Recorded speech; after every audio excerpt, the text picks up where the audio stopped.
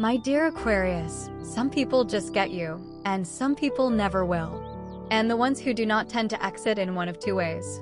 Either they find you too detached, too cerebral, too difficult to reach emotionally, or they find you too intense, too committed to your own thinking, too unwilling to simply go along with what everyone else has already agreed on. And you have probably noticed that both complaints contradict each other. Too distant and too much at the same time. That particular paradox is not a flaw in your character. It is a sign that most people are encountering you through a frame that does not fit. Because the truth about you, Aquarius, is that you are deeply committed. Just not to consensus. You are committed to what is actually true.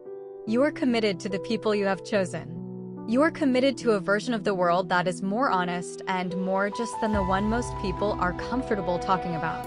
And the people who understand that, who find that quality interesting rather than exhausting, those people tend to become some of the most important connections in your life.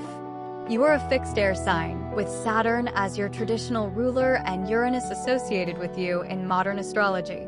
That combination of fixed commitment and Uranian originality means you hold your positions firmly, but the positions themselves tend to be ones nobody else thought to occupy first. Understanding who is genuinely built to stand in that space alongside you is not about narrowing your world. It is about recognizing the connections that are already working and understanding why. So let's talk about the 3 signs that tend to meet you where you actually are and why the chemistry holds up over time. The first sign is Gemini. And if you have a close Gemini in your life, you probably felt something click early on that was hard to explain, but easy to feel. Gemini is a mutable air sign, ruled by Mercury, associated with communication, intellectual curiosity, and the fluid, restless movement between ideas. Both of you are air, which means both of you are fundamentally oriented around thought, language, and the quality of what gets exchanged between people. But the specific difference in how you each operate is what makes this pairing genuinely interesting rather than simply similar. Gemini moves. They range across topics, angles, and positions with a speed and fluidity that keeps every conversation fresh. You hold. Once you have arrived at a position through your own independent process, you commit to it. You are not easily moved by social pressure or group consensus. What those two orientations create together is a dynamic where one person provides the range and the other provides the anchor. Gemini opens doors. You decide which ones are worth walking through. Picture a conversation that started as small talk and became something neither of you planned. Gemini introduced 4 different ideas in the span of 10 minutes. Most people would have struggled to keep up. You did not just keep up. You took one of those ideas and pulled a thread from it that Gemini had not seen. And suddenly the conversation had a direction. A specific, interesting direction that neither of you could have found alone. That moment of 2 minds operating at full speed and actually producing something new together is what Aquarius and Gemini generate with unusual consistency. Over time, this pairing tends to build a relationship that never goes stale. Both of you are too curious, too restless intellectually, too committed to what is interesting to let the relationship settle into routine without noticing. Gemini teaches you that not every idea needs to be fully resolved before it is worth exploring. You teach Gemini that some things deserve more than a beginning, that following one thread all the way through is its own kind of adventure. Here is how to deepen this connection. The next time Gemini introduces an idea that initially seems scattered, follow it instead of redirecting it. Ask a genuine question about where it goes. Your instinct is to apply your own framework to incoming ideas. With Gemini, try their framework first. The willingness to travel their way before offering yours is something Gemini experiences as respect. And a Gemini who feels respected by you becomes remarkably loyal. The second sign is Libra. This one has a different quality than Gemini, more measured, more invested in the relational dimension of every exchange, and it works for reasons that are worth understanding clearly. Libra is a cardinal air sign, ruled by Venus, associated with balance, beauty, and a genuine, sustained investment in how things feel between people. Both of you are air, which means both of you are oriented around ideas and communication. But where you approach the world through principle and independence, Libra approaches it through relationship and harmony. That difference is not a tension. It is a contribution.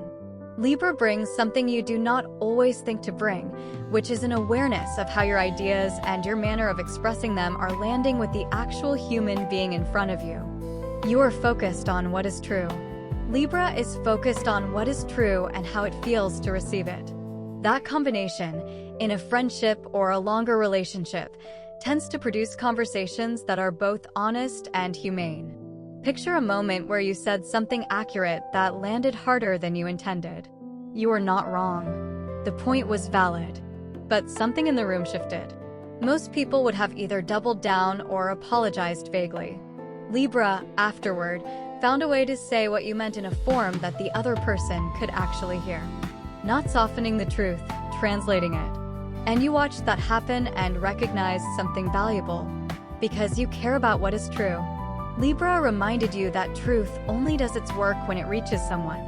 That is not a small lesson. Over time, this pairing tends to build a relationship grounded in mutual sharpening. You make Libra braver about saying what they actually think.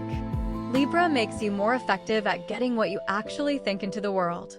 Both of you care about fairness, about what is right, about whether the world is being run honestly. You approach that through principle.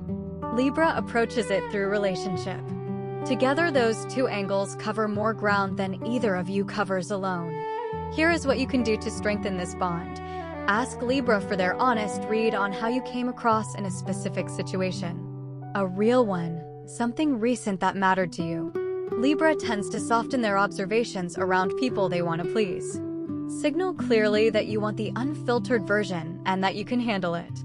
What you get back will be genuinely useful.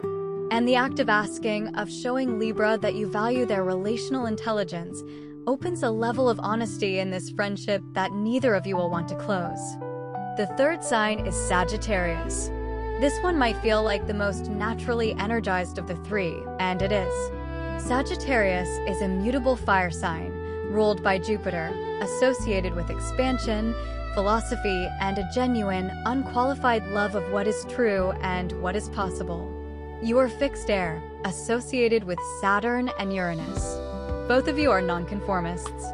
Both of you arrived at your positions through your own independent process and are not particularly interested in adjusting them to make other people comfortable. Both of you find conventional thinking more boring than threatening. That shared orientation toward what is real and what is possible, rather than what is merely accepted, is the foundation of why Aquarius and Sagittarius tend to find each other and tend to stay interested. Here is the specific texture of what works between you. Sagittarius is expansive. They bring breadth, enthusiasm, and a philosophical appetite that can take a conversation from a specific observation to a universal question in the space of a single exchange. You bring depth and conviction. You have thought carefully about the things you believe, and you hold them in a way that gives Sagittarius something solid to push against. Because Sagittarius needs something to push against. They are not looking for agreement. They are looking for genuine engagement. And you, Aquarius, are one of the few signs that provides that without either collapsing under the pressure or digging in defensively. You hold your position and you stay curious at the same time. That combination is rare, and Sagittarius finds it genuinely compelling. Picture a late evening where the conversation has long since left whatever it started as. Sagittarius took a position on something large, something philosophical, something that most people would have nodded at politely. You did not nod. You found the specific place where their argument had a gap and you pointed directly at it. Not unkindly, just accurately. And instead of retreating, Sagittarius got more interested. They leaned in. They came at it from another angle. And by the end, neither of you had fully convinced the other, but both of you were thinking in a way you were not thinking 2 hours earlier. That experience of a conversation that actually changes something in how you see a question is what Aquarius and Sagittarius generate together with a reliability that feels almost unfair to other pairings. Over time, this relationship tends to build a shared philosophy. Not identical beliefs, but a shared commitment to asking the real questions and following them wherever they go. Both of you resist the comfortable answer. Both of you find more satisfaction in a good question than in a tidy conclusion. What you teach each other over time is that freedom of thought and depth of conviction are not opposites. Sagittarius teaches you that some truths are best discovered in motion, not in reflection. You teach Sagittarius that a position worth holding is worth defending carefully. Here is the move to deepen this connection. Bring Sagittarius a question you have been sitting with that you genuinely cannot resolve. Not a test, not a prompt. A real question that has been occupying you without resolution. Sagittarius is energized by genuine inquiry and will engage with it fully and without judgment. What you get back will not always be the answer, but it will almost always be worth the conversation. So there they are. Gemini, Libra, Sagittarius. 3 distinct relationships, each offering something the others do not. With Gemini, it is the particular pleasure of a mind that keeps up with yours and hands the conversation back with something new on it. With Libra, it is the quietly useful gift of someone who helps your thinking reach people rather than simply existing in your head. And with Sagittarius, it is the rare satisfaction of a philosophical equal who makes you think harder about the things you care most about. Which of these 3 felt most familiar to you? Was there a relationship you recognized immediately? One that has always had a quality you could feel but never quite name? I would genuinely love to hear about it. Drop it in the comments. And if this resonated with you, I am glad you found it, and I would love to have you here. Don't forget to like and subscribe. Have a blessed day.